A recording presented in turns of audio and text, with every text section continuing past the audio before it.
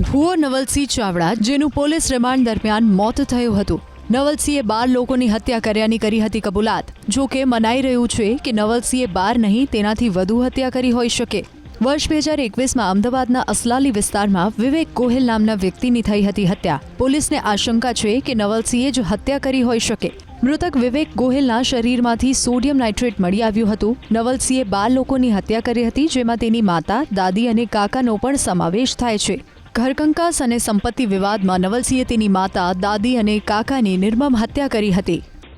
આ જે નામ છે કનુભાઈ, એ એના ઓરિજિનલ પિતા હતા, પરંતુ જે એમના મોટા બાપા હતા એને સંતાન ન હોવાથી દત્તક તરીકે અમને લીધેલા હતા. એટલે જે એનું નામ છે અરવિંદસિંહ છે. ખરેખર ઓરિજિનલ પિતા એના કનુભાઈ હતા અને કનુભાઈ પોતે પહેલાં ભુવા હતા અને એમની સાથે આ ભુવાનું કામ કરવા જતો અને પછી આ મરણના પોતે પણ ભુવાનું કામ કરતો. આ જે નામ છે કનુભાઈ, એ એના ઓરિજિનલ પિતા હતા, પરંતુ જે એમના મોટા બાપા હતા એને સંતાન ન હોવાથી દત્તક તરીકે અમને લીધેલા હતા. એટલે જે એનું નામ છે અરવિંદસિંહ છે. ખરેખર ઓરિજિનલ પિતા એના કનુભાઈ હતા અને કનુભાઈ પોતે પહેલાં ભુવા હતા અને એમની સાથે આ ભુવાનું કામ કરવા જતો અને પછી આ મરણના પોતે પણ ભુવાનું કામ કરતો.